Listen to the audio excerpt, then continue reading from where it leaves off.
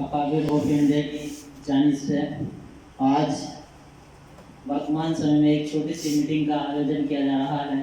जिसकी अध्यक्षता हमारे जिशान खलीफा साहब कर रहे हैं और संचालन कारी अब्दुल माजिद साहब कर रहे हैं। मैं इनका दिल की गहराइयों से शुक्रिया अदा करता हूं और अपने सभी साथियों को अपने दिल की जानिब से प्यार का अदा वर्ज करता हूं। और अकाबिर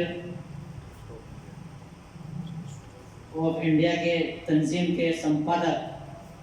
मौलवी अबू हुरैरा साहब को आश्वासन देता हूं अपनी जानिब से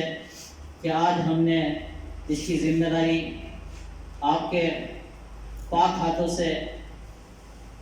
तमाम लोगों के बीच में आपने हमें इस जिम्मेदारी को सौंपा है और मैं अपने दिल की गहराइयों से बड़े सच्चे और ईमानदारी के साथ इसको पूरे ज़िले के अंदर घर घर में इस तंजीम को पहुंचाने का काम करूंगा इंशाअल्लाह। आपके लिए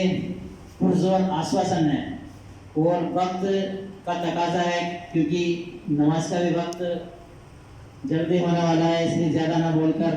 मैं अपनी बात को विराम देता हूँ। जय हिंद, जय भारत।